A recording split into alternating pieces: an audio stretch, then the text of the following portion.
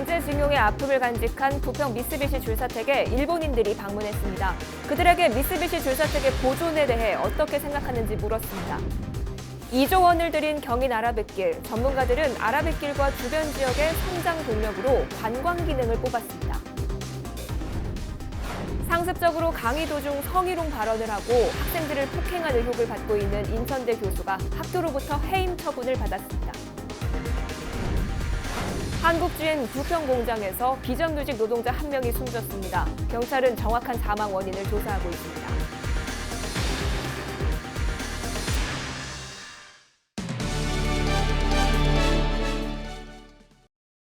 시청자 여러분 안녕하십니까? 헬로티비 뉴스 시작합니다. 오늘의 첫 소식입니다. 부평은 일제강점기 시절의 아픈 흔적을 품고 있습니다. 강제징용 노동자들이 모여 살던 미쓰비시 줄사택도 그 흔적 중 한 곳인데요. 지난 주말 일본인 주재원들과 일본 언론이 미쓰비시 줄사택을 찾았습니다. 부평구는 미쓰비시 줄사택의 원형 보존 여부를 고민하고 있는데요. 일본인들은 줄사택을 보고 어떤 생각을 했을까요? 이재필 기자가 보도합니다. 낡고 부서진 미쓰비시 줄사택. 좁은 줄사택 사이길로 오랜만에 사람들의 발길이 닿습니다. 볼품없는 줄사택이지만 사람들은 부서진 잔해 하나하나 꼼꼼하게 살펴봅니다. 부평 주민들의 도움으로 줄사택 내부도 들여다봅니다. 이 한 칸 한 칸이 전부 다 연결됐다 그래서 줄사택이라고 그럽니다. 네, 전부 다 연결이 된 상태이기 때문에. 그 칸만 이렇게 나눠졌다 그 말이죠. 한국에서 근무하는 일본인 주재원과 일본 언론인, 그리고 한국에 관심 많은 일본인들이 미쓰비시 줄사택을 방문했습니다. 부평에 남은 일제강점기 시절의 건축물을 살펴보기 위해서입니다. 일제강점기 시절 강제징용 노동자들이 모여 살았던 곳 미쓰비시 줄사택. 일본인들은 미쓰비시 줄사택의 역사를 처음 알았습니다. どういう人がいたというよりはこういうところに住んでいて当時どれぐらい大変だったか寒かったとかただそれがその当時普通だったのかもちょっとわからない知識の外なので、その辺のやっぱり知識がないとこういうところで頑張ってたんだなっていうのは感想ですね。純粋に歴史的な建物として一部分でも保存されればいいのかなと思います。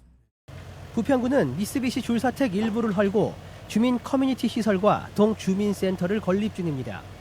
현재 남아있는 미쓰비시 줄사택은 모두 6개 동. 이 중 4개 동은 주차장 건립을 위해 곧 사라질 처지입니다. 보존을 하자. 네. 그래서 이제 보존 운동을 벌이고 있는 그런 이제 상황으로 보시면 되죠. 그러면 아직 가능성이 있긴 그래서 있는 거죠? 그래서 우리가 이거는 역사적인 자료다. 이거는 문화로 봐야지. 이제 그런 개념으로다가 보존 운동을 이제 벌이는 그런 상황에 놓입니다. 최근 한국 내셔널 트러스트는 미쓰비시 줄사택을 꼭 지켜야 할 문화유산으로 선정했습니다. 인천고 학생 519명은 수탈당한 우리의 아픈 역사라고 표현하며 미쓰비시 줄사택을 보존해 줄 것을 부평구에 요청한 바 있습니다. 부평구는 미쓰비시 줄사택의 보존 방식을 두고 현재 고민 중에 있습니다. 헬로티비 뉴스 이재필입니다. 2조가 넘는 예산을 들였지만 별다른 기능을 하지 못하고 있는 경인 아라뱃길에 대해 지역사회의 고민이 깊어지고 있는데요. 경인 아라뱃길에 대한 활성화 방안을 함께 논의하는 자리가 지난 주말 사상 처음으로 뱃길 유람선에서 열렸습니다. 이정하 기자가 보도합니다. 우리나라 최초의 내륙운하로 지난 2012년 5월 개통한 경인 아라뱃길. 현재 연평균 물류 운영은 70만 톤으로 예측 대비 10%를 밑도는 수준입니다. 애초에 운송 기능을 중심으로 추진됐지만 낮은 물동량에 고민이 커졌습니다. 새로운 돌파구를 찾아야 하는 시점인 겁니다. 예상보다는 물동량이 안 나와서 실제로 한 2조가 되는 돈을 들여서 이 18km 이 운하를 만들어 놨는데 운하가 거의 물류 기능으로서는 거의 기능이 안 되고 있는 상태입니다. 대체 방안으로 떠오른 건 관광. 하지만 눈길을 끌만한 기능은 사실상 없습니다. 간간히 크루즈 운항이 이어지고 있지만 단조로운 노선 등을 이유로 관광 특화로 연결하기에는 턱없이 부족한 게 현실입니다. 현재 많은 프로그램들이 운영되는데 크게 독특한 게 없다 보니까 그냥 그렇게 하고 있습니다. 걷기 대회라든지 자전거 대회라든지 그 기능을 살린 마라톤까지도 제안을 하고 있습니다. 이런 걸 통해서 아라뱃길을 자꾸 노출시켜줘야만 이번 토론회에서는 경인 아라뱃길의 관련법과 제도 등의 완화가 시급하다는 의견이 잇따라 제기됐습니다. 중복된 규제가 뱃길 개발을 막고 있다는 지적입니다. 모든 시설을 도입하기 위해서는 이 경인 아라뱃길과 관련된 법과 제도입니다. 이 법과 제도가 규제가 완화되지 않으면 이렇게 이루어질 수가 없습니다. 현재 물류와 환경 등 4개 분야 전문가로 구성된 아라뱃길 공론화위원회는 연구 용역 등을 거치는 한편 내년까지 뱃길 활성화 방안을 환경부에 권고한다는 방침입니다. 헬로티비 뉴스 이정합니다. 한국 GM 부평공장 도장부에서 일하던 한 비정규직이 숨졌습니다. 경찰이 사망 원인을 조사하고 있는데요. 부평경찰은 지난 30일 오전 8시쯤 한국 GM 부평공장 도장부 사무실에 47살 A씨가 쓰러져 있다는 119 신고를 통해 현장에 출동했습니다. 쓰러진 A씨를 발견한 뒤 병원으로 옮겼지만 A씨는 결국 숨지고 말았습니다. 경찰은 A씨가 쓰러지기 전 공장에서 근무하다가 구토를 하고 가슴 통증을 호소해 도장부 사무실에서 쉬고 있었다는 상황을 파악하고 정확한 사망 원인을 찾고 있습니다. A씨의 시신도 국립과학수사연구소에 부검을 의뢰한 상황입니다. 강의 도중 성차별과 성희롱 발언을 하고 학생을 폭행한 의혹도 받고 있는 인천대 교수가 중징계 처분을 받았습니다. 인천대는 2일 교원 징계위원회를 열어 사회과학대학 A 교수에 대해 해임 처분을 의결했고 총장 승인을 받으면 최종적으로 징계가 성립된다고 밝혔습니다. 인천대는 지난달 A 교수에 대한 징계위원회를 2차례 열었지만 결론을 내리지 못했습니다. 이에 대해 학생들로 구성된 대책위원회는 대학의 늑장 징계를 규탄하는 집회를 여는 등 반발해왔습니다. 인천시 특별사법경찰이 김장철을 맞아 젓갈류 등 식품 제조 가공업체를 점검했는데요. 37개 업체가 식품위생법 위반으로 적발됐습니다. 인천특사경은 지난 10월 28일부터 11월 22일까지 약 한 달 동안 82개 업체를 점검했는데요. 27곳은 영업신고도 하지 않고 어시장에서 젓갈을 판매하다 적발됐습니다. 생산작업 일지를 허위로 작성한 식용란 유통업체도 있었는데요. 인천시는 적발된 35개 업소를 입건하고 2개 업소를 관할 행정기관으로 이첩했습니다.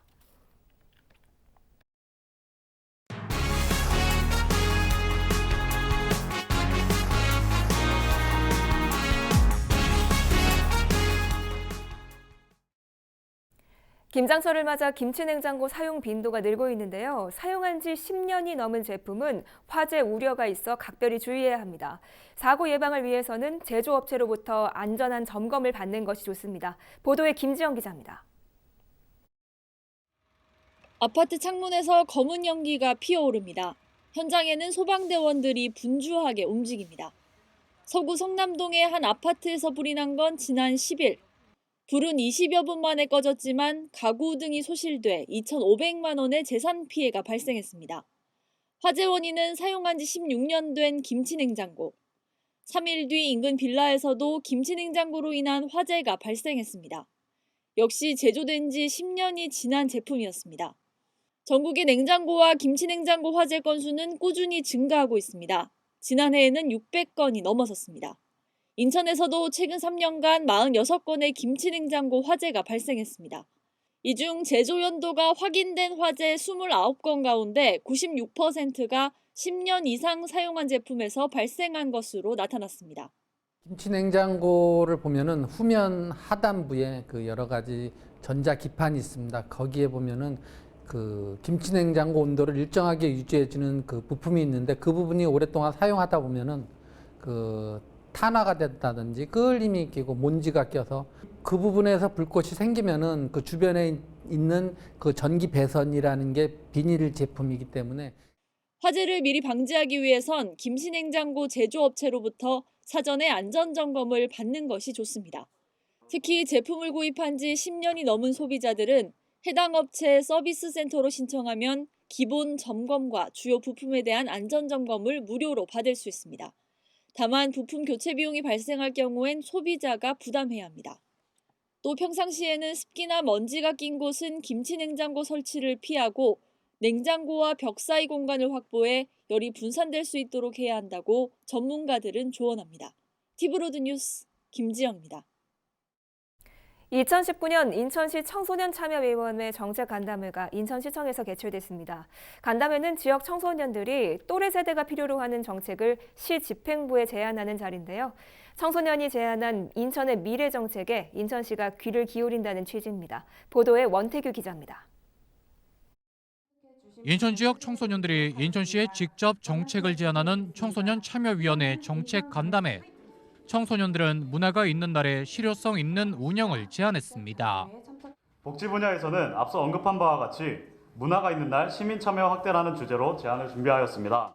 실제 청소년들이 문화가 있는 날을 누리지 못한다는 문제를 파악하고 그에 대한 해결책을 인천시에 제안한 겁니다. 인천시 청소년 참여위원회는 복지와 권리, 교육 분야로 나누어 3가지 정책을 발표했습니다. 저는 이렇게 생각해요. 이걸 굉장히 의미를 두는 게 결국은 우리 청소년들의 문제는 청소년들이 가장 잘 알아요. 여러분들이 느끼고 실제로 생각했던 그런 일들을 잘 말씀해 주신 것 같아요. 청소년 참여위원회는 인천의 청소년들이 또래 세대와 관련된 정책과 사업에 대한 의견을 제시하고 자문과 평가를 나눈 회의체입니다. 현재 23명의 청소년 위원들이 활동하고 있습니다.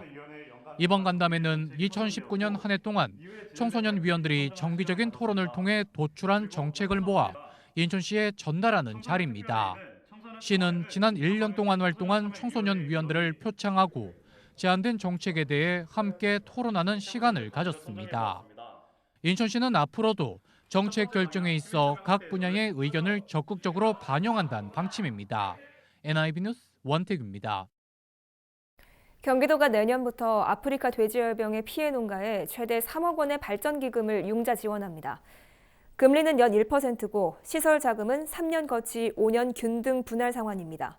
경영 자금은 2년 이내 원리금 일시 상환 조건입니다. 경기도는 대출 한도를 높이기 위해 농업발전기금 조례 시행규칙 개정을 추진 중이며 내년부터 시군을 통해 지원받을 수 있습니다. 또 대출 조건이 맞지 않는 농가에 대해서는 경기신용보증재단의 신용보증을 통해 융자를 받을 수 있는 방안도 추진 중입니다. 김포시가 노인 1,500명에게 일자리를 제공합니다. 김포시는 2일부터 오는 13일까지 공익사업에 일할 노인 1,500명을 모집하는데요. 모집 분야는 시니어 순찰대나 장애인 주차구역 지킴이, 지하철 안내도우미 등 27개 분야입니다. 이번 사업은 만 65세 이상 기초연금 수급자에 한해 진행되고 참여를 원하는 노인은 읍면동 행정복지센터에 신청서를 제출하시면 됩니다. 김포 시내버스의 주말과 공휴일 첫 차 막차 시간이 30분씩 당겨집니다. 직행 좌석버스 9개 노선 첫 차는 주말 새벽 4시 15분에서 5시 30분 사이 출발했는데요. 이달부터는 각 노선별로 출발 시간이 30분 앞당겨집니다. 해당 노선들은 막차 시간 역시 30분씩 앞당겨지는데요. 시내버스 4개 노선도 주말 막차 시간이 30분씩 앞당겨지고 60번과 1002번은 40분 일찍 운행됩니다. 운수업체들은 주 52시간 근무 제도에 맞춰 주말 운행 횟수를 줄이고 평일 집중 배차했으나 이 과정에서 운전기사의 대기 시간이 늘어나 주말 운행 시간을 조정하기로 했습니다. 김포시가 광역버스 노선에 투입했던 임시 전세버스 운행을 중단하기로 했습니다.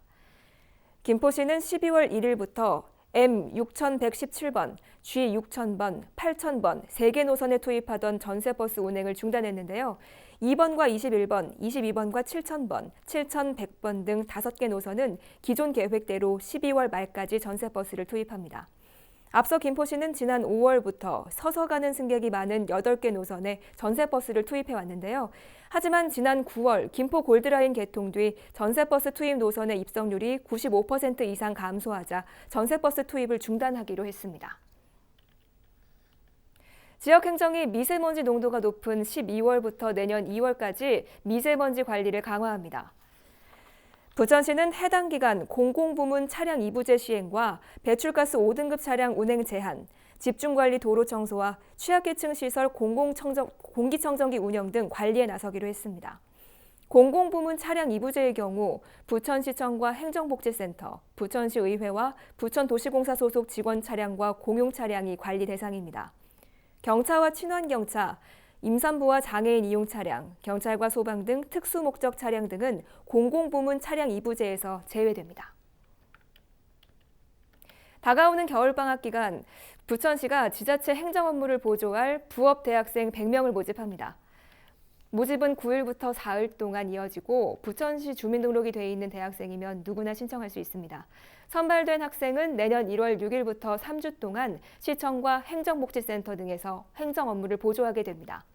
근무자가 14일 동안 빠짐없이 일할 경우 약 120만 원을 받을 수 있습니다.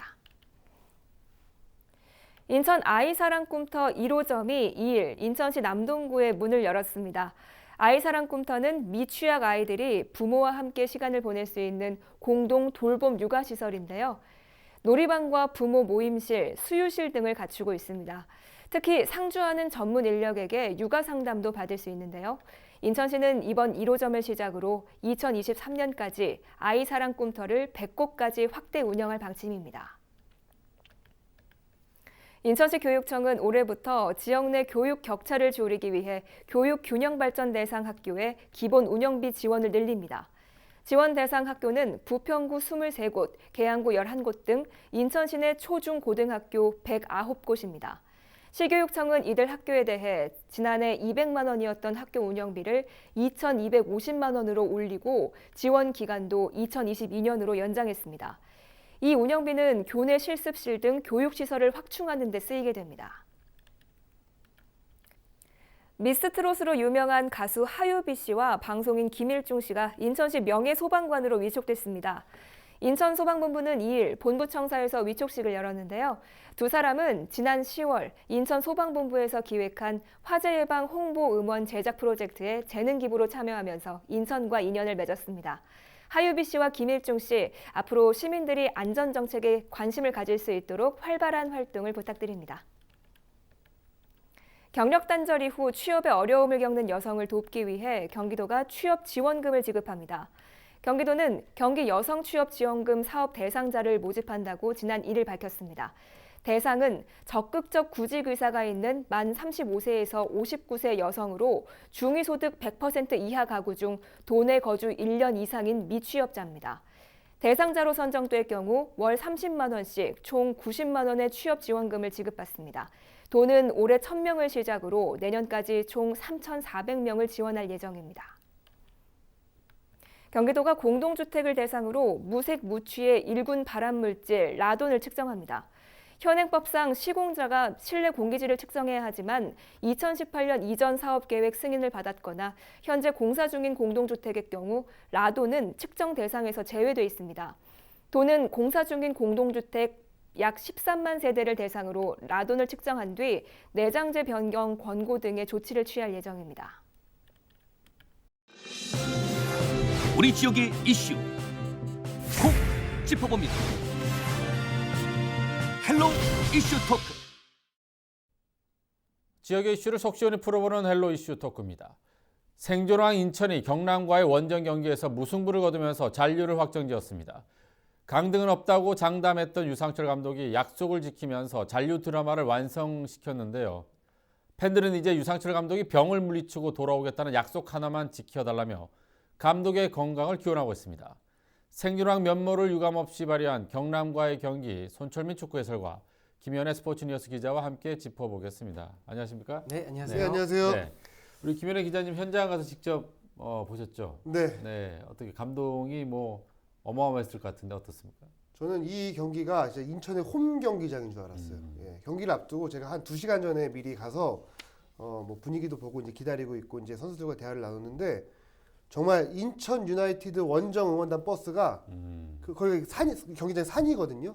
산 위로 끝도 없이 들어오더라고요. 그 모습을 보고 와, 인천 팬들이 정말 이 경기를 위해서 많은 준비를 하고 진심을 다해서 응원을 하기 위해서 오는구나라는 생각이 들었고 경기 내내 인천 유나이티드 팬들의 응원가가 울려 퍼졌습니다. 그리고 유상철 감독도 끝나고 한 이야기가 정말 우리 홈 같았다라는 이야기를 할 정도였어요. 물론 선수들도 열심히 한 결과지만 인천 유나이티드 팬들의 그런 하나된 마음이 이뤄낸 결과가 아닐까 싶습니다. 네. 그런 분위기에 더해서 경남 같은 경우에는 이제 반드시 이겨야 되는 그런 압박감도 있었을 것 같고요. 또 홈이라는 부분이 오히려 이번에는 역효과가 날 수도 있었을 게 아닌가 생각이 드는데 경기를 어떻게 보셨어요? 그러니까 일단 경남 입장에서는 오히려 도끼를 품었던 부분, 그러니까 또 홈이라는 유리한 그런 부분이 말씀해 주신 대로 역으로 작용한 것 같아요. 반드시 이겨야 된다. 그리고 홈이다. 이게 선수들에게 기분 좋은 상승감이 아니라 압박으로 온 거죠. 그래서 인천 유나이티드가 약간 공격적인 부분에서 약간 이상했을 때도 그런 경기가 있습니다. 경기를 하다 보면 이거는 오늘은 어떻게 해도 안 되겠다라는 경기와 지고 있더라도 오늘 이렇게 지진 않을 것이다라는 경기가 있거든요. 0대0이지만 승부가 기울진 않을 것이다라는 게 확고하게 보였던 마지막 경기였습니다. 네. 두 감독이 뭐 국가대표 출신으로 또 절친한 뭐 선후배 관계이기도 하고 굉장히 스타 플레이였는데 두 감독의 이제 경기 전에 어떤 각오 굉장히 인상적이었다는 얘기 있었어요. 어떤 각오를 보였습니까? 일단은 좀 지략 대결이 좀 눈에 띄었는데 이 김종부 감독이 그 주포였던 제리치 선수를 선발해서 제외를 했습니다. 그리고 이제 김효기 선수와 그다음에 이제 김승준 선수를 최전방에 기용을 했는데 그러면서 어떤 이야기를 했냐면 우리가 전반전은 상대의 체력을 빼놓고 후반전에 제리치를 기용하기 위한 전략을 쓸 것이다 라고 이야기를 했는데 그 이야기를 하고 5분 뒤에 유상철 감독과 만났어요. 그랬더니 이 지금 김종부 감독의 이야기를 전하지 않아도 그 의중을 잘 알더라고요. 제리치를 빼고 이렇게 기용을 한 건 분명히 후반전에 제리치를 기용할 거고 전반전에는 체력적으로 힘을 빼놓기 위한 전략인데 우리는 이에 따른 대체 자원도 충분하다라고 이야기를 하더라고요. 그만큼 이제 김종부 감독의 수를 읽고 있었던 거죠. 그리고 여기서 경남의 패착은 제가 봤을 때는 이제 제리치 선수가 전반 중반에 투입이 됐어요. 왜냐면 그만큼 전반전에 본인이 원했던 경기가 안 나왔다는 거죠. 그래서 제리치 선수를 일찌감치 투입을 했는데 그럼에도 이제 뭐 분호자 선수라든가 이재성 선수가 제리치 선수를 잘 막아줬고 결국 이 지략 싸움에서 이상철 감독이 승리한 경기가 아닌가 싶습니다. 네. 우리 김종무 감독이 이제 시작 전에 선수 이름보다는 뭐 그날의 컨디션이라든가 이길 수 있는 선수를 선발 출전하겠다 이렇게 얘기를 했어요. 아까 우리 김현행 기자께서 말씀하신 대로 제리치를 또 의외로 뺐는데 자, 이 같은 선발 구성 어떤 효과가 좀 있었다고 보시나요? 어떻습니까? 그날의 패착, 그러니까 이 패장한테 너한테 책임 있어라는 게 참 잔인하게 들리겠지만 말씀해주신 대로예요. 그러면 저는 제리치를 온전히 후반 45분을 썼어야 된다고 봐요. 근데 저도 의아했어요. 제리치가 없구나. 그럼 우리로서는 좋다. 그러면 후반을 대비해야지라고 했는데 전반 막판에 교체라는 거는 이거는 내가 한 대로 시나리오가 안 흘러간다는 얘기를 보여준 거예요. 오히려 유상철 감독에게 아이쿠야 네가 맞다. 나는 지금 틀리고 있다라는 거를 김정국 감독이 스스로 보여줬거든요. 그게 아까 말한 부분과 연관이 있을 것 같아요. 반드시 이겨야 된다라는 게 굉장한 압박감으로 왔을 거라고 생각해요. 그럼으로써 간절함이 끌어낸 게 아니라 거기서 혼돈이 오기 시작한 거죠. 제리치가 전반 종부에 들어왔던 건 경남으로서는 정말 안 되는 스텝을 정말 웅덩이를 밟는 땅이 아니라 진흙을 밟는 그런 첫 번째 스텝이 제리치의 전반 교체였던 것 같아요. 네. 이번 경기는 이제 뭐 강등을 결정하는 부분이 있기 때문에 강등 아니고 이제 플레이오프 나가는 그런 관심도 있었지만 양 팀 공격수에 대한 어떤 그 관심도 굉장히 높았거든요. 무고사고 제리치. 그런데 아까 말씀하신 대로 제리치를 뺐어요. 제리치를 뺀 부분이 오히려 독이 되지 않았나라는 생각이 드는데. 네, 그렇습니다. 결국은 지금 인천 유나이티드 같은 경우에는 이재성과 분호자를 이 전 경기에 기용하면서 제리치에 대한 미리 좀 공부를 많이 했잖아요. 그런데 경남은 그만큼의 대응 능력이 좀 없었던 것 같아요. 그리고 경남이 후반 막판에 이광선 선수를 이제 수비에서 공격으로 올려서 활용을 했는데 늘 경기가 안 풀릴 때마다 하는 그런 전술이거든요. 그런데 보통 그게 경기 끝나기 한 5분 전 이때쯤 나타나는 게 정상인데 이날 경기에서는 한 후반이 10분 이상 남았는데 벌써 이광선 선수를 올리더라고요. 그래서 마음이 정말 급하구나. 물론 골을 넣어야 되는 경기지만 그래도 보통 경기였으면 그렇게 급하게까지는 안 할 텐데 그 모습을 보면서 마음이 굉장히 급하다라는 생각이 들었고 사실은 경남이 기회가 굉장히 많았습니다. 뭐 조재철 선수의 좀 완벽한 찬스도 있었는데 여러 차례 놓치는 모습을 보면서 이거는 일단 운이 굉장히 인천 쪽으로 많이 기운 경기이면서 경남이 심리적으로 굉장히 쫓기는 경기다라는 좀 생각이 들더라고요. 네. 유상철 감독은 경남과의 경기 전에 비기는 건 없다. 무조건 승리하겠다. 전략도 그렇게 짜겠다고 했는데 실제로 뚜껑을 열어보니까 조금 전반전에 좀 수세에 몰렸어요. 그러니까 그런 부분에 우려가 있었어요. 야, 인천도 그래도 좀 맞받아쳐야 되는 거 아니야? 왜 이렇게 밀려? 전반에 그랬습니다. 후반에도 왜 저기서 저런 걸 놓치냐? 근데 이걸 놓고 보면요. 1년 내내 그랬어요, 인천은. 그러니까 인천은 무슨 지려고, 비기려고, 이기려고 아니라 늘 해오던 대로 나왔습니다. 그러니까 안정감이 있는 거예요. 못했지만, 골을 못 넣었지만 실점을 안 하고 있었고, 이게 인천 선수들은 늘 익숙한 옷이었어요. 경남처럼 아우 뭐 어떻게 해서 한 골 넣자? 아니 그냥 우린 우리대로 하자. 그러다 보니까 편안하게, 왜 복싱에서도 힘을 뺀 펀치가 더 크게 맞을 때가 있거든요. 인천이 그랬어요. 힘을 빼고 편안하게 그냥 늘 하던 대로 골 못 넣는 거 원래 못 넣습니다. 우왕좌왕 원래 그랬어요. 근데 그 원래 그랬던 걸 잘하니까 경남과 0점 실점을 무실점하면서 무승부를 잘했던 거죠. 그래요. 전반전에 들고 나온 포메이션 이제 4-2-3-1 포메이션을 들고 나왔어요. 이제 유상철 감독이. 그러면 저는 조금 공격적으로 그래도 맞부딪히지 않을까라는 생각이 드는데 전반전 포메이션대로 공격은 경남이 더 많이 했거든요. 어떻게 그 전략이 좀 맞아 떨어진 건가요? 어떻습니까? 일단 4-2-3-1 포메이션에서 이제 그 2 자리가 굉장히 중요한데 이제 김도혁 선수와 이제 마하지 선수를 이제 기용을 하면서 좀 이게 수비적인 안정감을 꽤 했거든요. 일단은 공세보다는 수세가 많았기 때문에 좀 인천 팬들 입장에서는 너무 수비적으로 하는 거 아니냐라는 이야기를 할 수도 있는데 경기 전에 유상철 감독 만나보니까 가장 고민하는 게 그 부분이었습니다. 우리의 상대는 경남이 아니라 우리 스스로 비교도 된다는 자만심을 갖는 거다라고 이야기를 했는데 물론 이게 무슨 경남이 더 공격을 많이 하기 때문에 인천은 수비적이라고 볼 수는 없어요. 왜냐면은 이 선수들이 그 순간순간 대처하기 위해서 그 자리에 서 있어서 그거를 대응했던 것 뿐이지 인천이 일부러 더 내려서서 잠궜다라는 그런 표현은 아닌 것 같거든요. 근데 유상철 감독도 계속 이야기한 게 우리는 절대 수비적으로 내려서서 하면 안 된다 오늘은. 뭐 그 이야기를 많이 강조했었는데 그런 면에서 봤을 때 인천은 전반전에 영리한 플레이를 펼쳤지 그거를 뭐 대놓고 수비적이다 뭐 이런 경기는 아니었던 것 같습니다. 네. 무고사의 득점이 이제 계속 불을 뿜고 있었어요. 14골이면 상당히 이제 많은 골을 득점을 했는데 전반전에 굉장히 고립이 돼 있었거든요. 무고사의 고립은 뭐 전략적이었나요? 어떻습니까? 무고사의 고립은 일단 경남의 시나리오는 여러 시나리오 중에 하나가 무고사였거든요. 잘 막았습니다. 그러니까 무고사가 분명히 고립될 것이고, 그러니까 인천이 전체적으로 중원에서 플레이가 이게 좋지가 않거든요. 그러면 엉덩이를 막 낮추고 있다가 무고사에게 한 번에 가는 볼, 요거를 잘 차단을 했어요. 그렇기 때문에 무고사가 고립되는 듯 보였으나 무고사의 고립은 고립만으로 끝난 게 아니라 무고사가 그만큼 움직여졌기 때문인 것이죠. 무고사가 만약에 고립됐다고 가만히 서 있었으면 오히려 경남 풀백들은 더 과감한 공격을 했을 것인데 무고사가 빈 곳을 자꾸 찾아다니면서 경남 수비진들에게 혼동을 주고 경남 수비진들을 괴롭힌 거죠.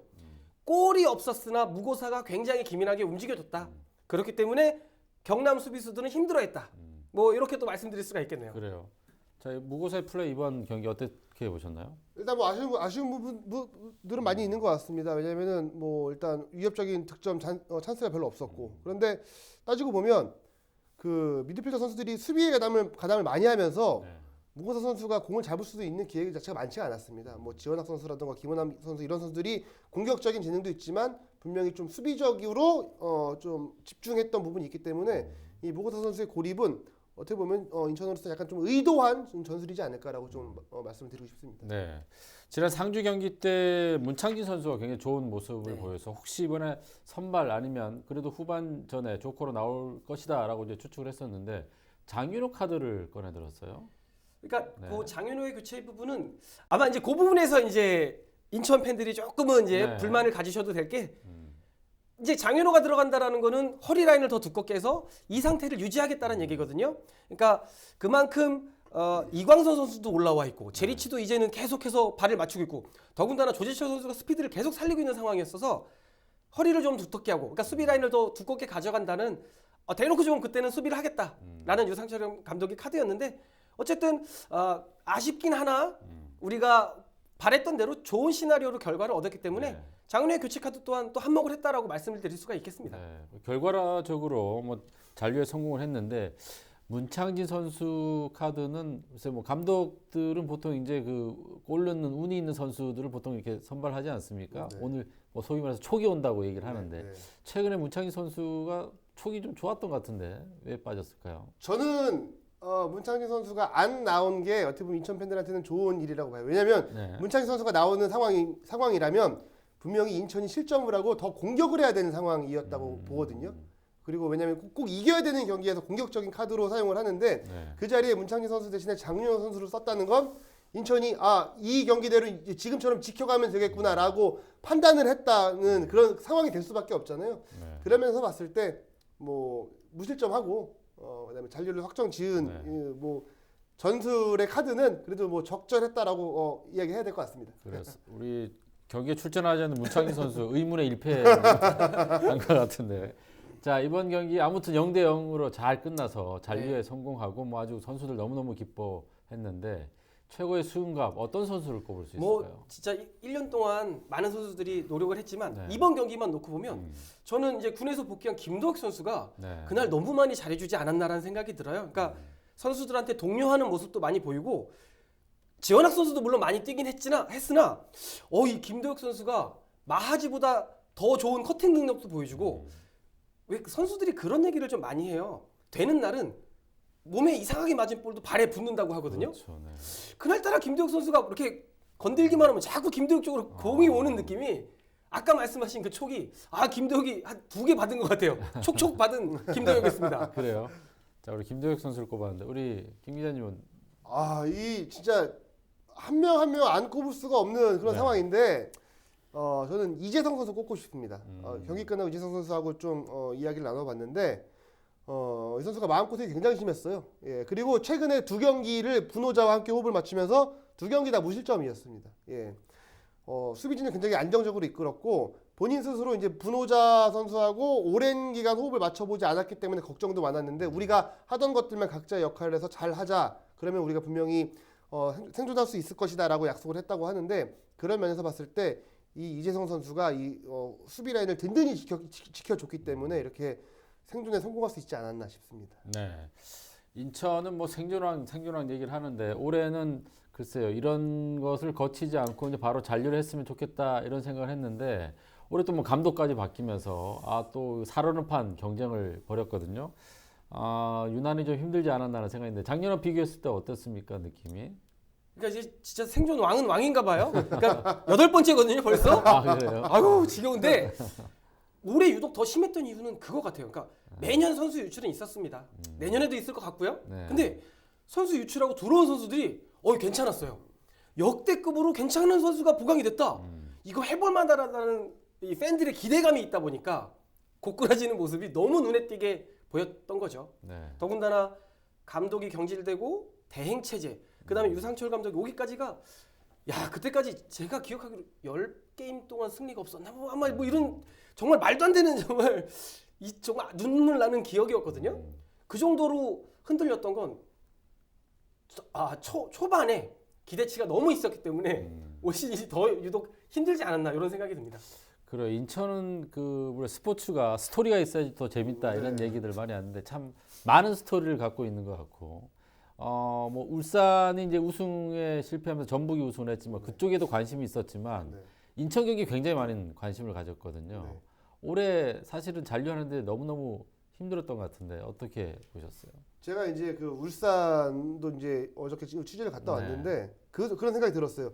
울산은 한 시즌에 20몇 번씩 이기고 마지막에 결국 팬들이 눈물을 흘리더라고요. 우승하지 못해서. 그런데 인천은 몇 번 못 이기지만 7번 이겼네. 7번 이겼음에도 마지막에 가장 행복하게 웃는 모습을 보면서 스포츠라는 게 꼭 챔피언만이 웃는 건 아닌 것 같다라는 생각이 들었고 올 시즌 홈 개막전에서 인천의 당시에 구단주였나요? 그분이 그런 말을 했어요.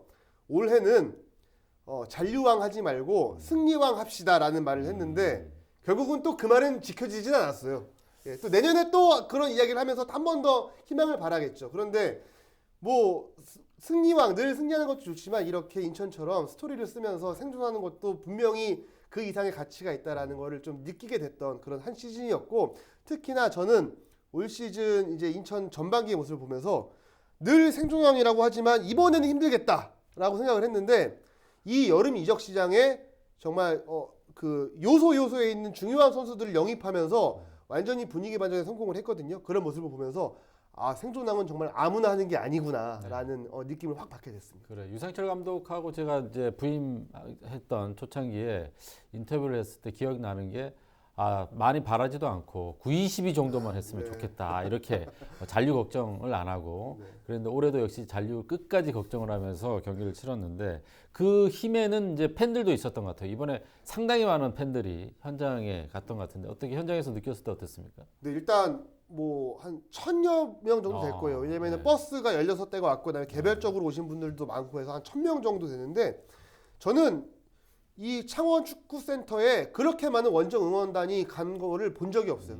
늘 팬이 많은 뭐 서울, 전북, 수원 이런 팬들도 그 골대뒤를 가득 채우는 모습을 본 적이 없거든요. 근데 이날 와서 응원하는 모습 그리고 마지막에 딱 잔류가 확정되고 나서 또 다른 소원 하나 더 지켜달라고 그 딱 메시지를 보내는 모습 보면서 정말 인천 팬들이 진짜 이 선수들을 이끌어가는 그런 힘이구나 라는 느낌을 받았고 이재성 선수도 끝나고 이야기한 게 매번 지고 매번 꼴찌인데 이렇게 이런 팀을 응원해주는 팬들이 정말 대단하다라는 그런 이야기를 하더라고요.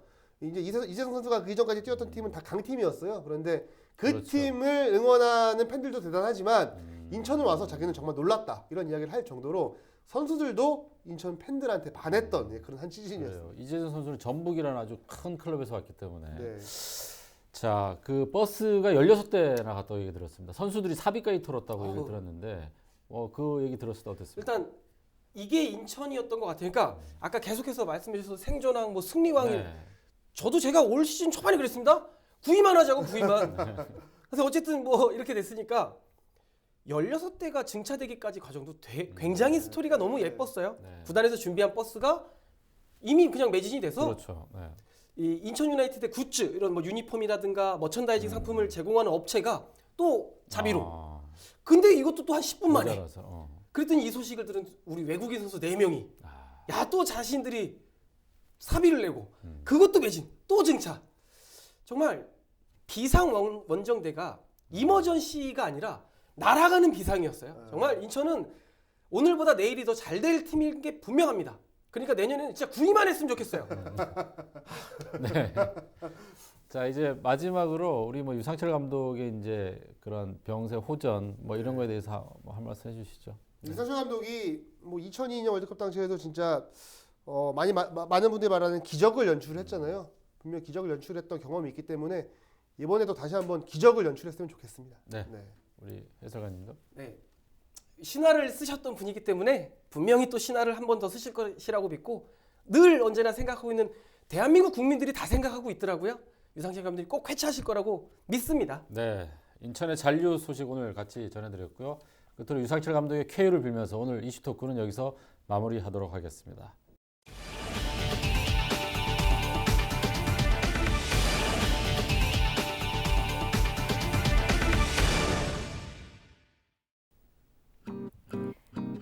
거리의 풍경은 아직 가을이지만 볼에 와닿는 공기는 한겨울이 온 듯 차갑습니다. 화요일은 우리 지역 아침 기온이 영하 3도까지 내려가 춥겠고요. 오전에 흐리고 비나 눈이 오다가 오후 들어 비구름이 걷히겠습니다. 주간 날씨 볼까요? 주 후반에는 기온이 크게 떨어지면서 초겨울이지만 마치 한겨울 같은 추위가 찾아오겠는데요. 목요일 우리 지역 아침 기온 영하 4도까지 떨어지기 시작해 금요일에는 영하 7도까지 내려가면서 한파가 절정에 달하겠습니다. 찬 공기가 남하하면서 곳곳에 눈이 내려 쌓이고 일부 지역은 빙판길로 변할 것으로 예상됩니다. 교통안전에 각별히 유의하셔야겠습니다. 전국 날씨 보시죠. 화요일까지 충남과 전북 지역에는 최고 8cm의 제법 많은 양의 눈이 오겠고요. 경기 남부와 충북, 전남 북부에 최고 5cm가 쌓이겠습니다. 서울을 비롯한 그 밖의 내륙에도 월요일 밤사이 눈이 내리기 시작할 텐데요. 1cm 안팎의 눈이 내려 쌓이겠습니다.